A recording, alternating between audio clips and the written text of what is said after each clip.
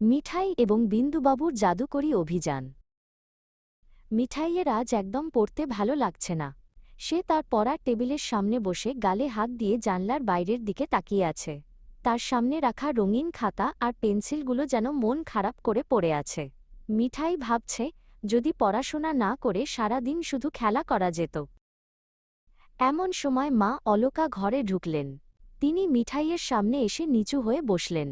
অলকা খুব রহস্যময় গলায় বললেন, মিঠাই, জানিস, এই বইগুলোর ভেতর একটা জাদুকরী জগৎ লুকিয়ে আছে, কিন্তু সেই জগতে যাওয়ার চাবি শুধু তারাই পায় যারা এই অক্ষরগুলোর সাথে বন্ধুত্ব করে।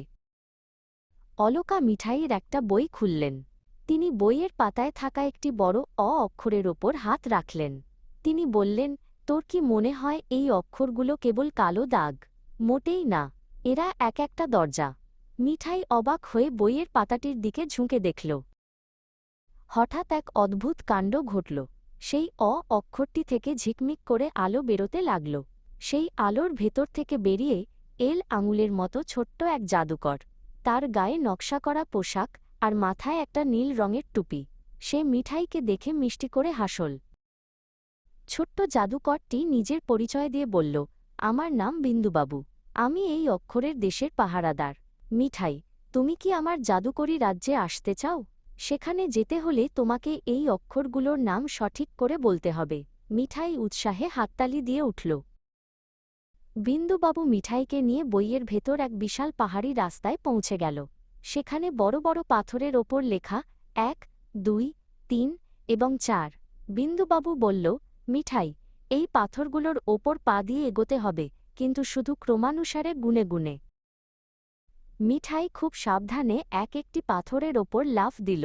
সে চিৎকার করে গুনে উঠল, ১, ২, ৩, ৪। প্রতিবার সে যখনই সঠিক সংখ্যা বলছে, তার পায়ের নিচের পাথরটি রামধনুর রঙে জ্বলে উঠছে। মিঠাইয়ের কাছে এটা যেন এক অদ্ভুত খেলা মনে হল।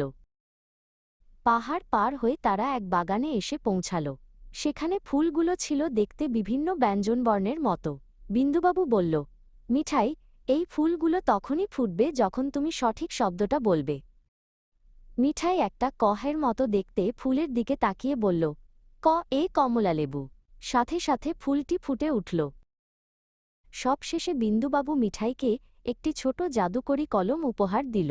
সে বলল, মিঠাই, তুমি যখনই নতুন কিছু শিখবে, এই কলমটি জাদুতে ভরে উঠবে। এখন বাড়ি ফেরার সময় হয়েছে। মিঠাই বিন্দুবাবুকে ধন্যবাদ দিয়ে চোখ বন্ধ করল। মিঠাই যখন চোখ খুলল, দেখল সে তার পড়ার টেবিলেই বসে আছে। সামনে মা অলকা দাঁড়িয়ে হাসছেন। মিঠাই পেন্সিলটা হাতে নিয়ে দ্রুত তার খাতায় লিখতে শুরু করল। সে বুঝতে পারল, পড়াশোনা আসলে কোনো কাজ নয়, এটা হলো নতুন এক জাদুকরী জগৎকে আবিষ্কার করার আনন্দ। চলো পরের ভিডিও দেখি।